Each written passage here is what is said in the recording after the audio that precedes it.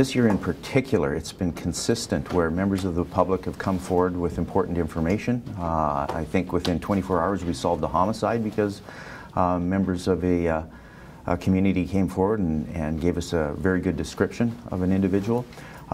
We had a couple of EPCOR employees that are just out there doing their business, and they see a police officer chasing an individual, and they help chase him down and assist with the arrest. And the comments of that member was, you know, well, great, fantastic, because he was by himself, and I don't know whether the guy was a bigger fellow or a smaller fellow, but anyway, you know, just assisting in the arrest, and that's really what we want, because you know we're 1,700, between 1,600 and 1,700 sworn, and we can't do everything for everybody all the time. And just getting that public support, and even from a financial perspective, if you look at that homicide, for instance, if we hadn't gotten that description, we might have worked, you know, we would have had 30 or 40 detectives out there, you know, combing the neighborhood, talking to people, trying to get the information.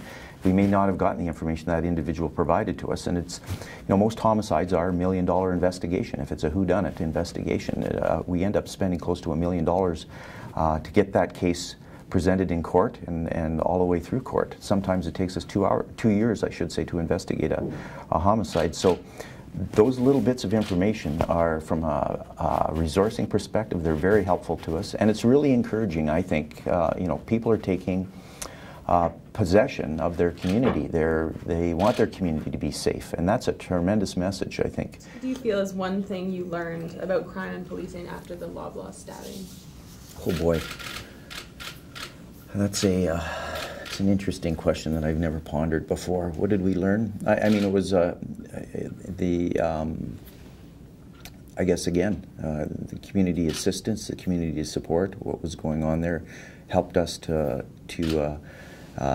deal with the crime very, very quickly. Again, it was a member of the community that spotted a suspicious vehicle a couple of hours later that matched the description of the that we put out there, and again, a member of the public coming forward and helping us with that. That individual could have been on the loose for weeks, months, could have left the city and disappeared. Again, it's just the city, members of the community helping their police. That's, you know, that's exactly the essence of community policing, is the community are the police are the community, and getting that help and that support, and building that trust and maintaining that trust with the community.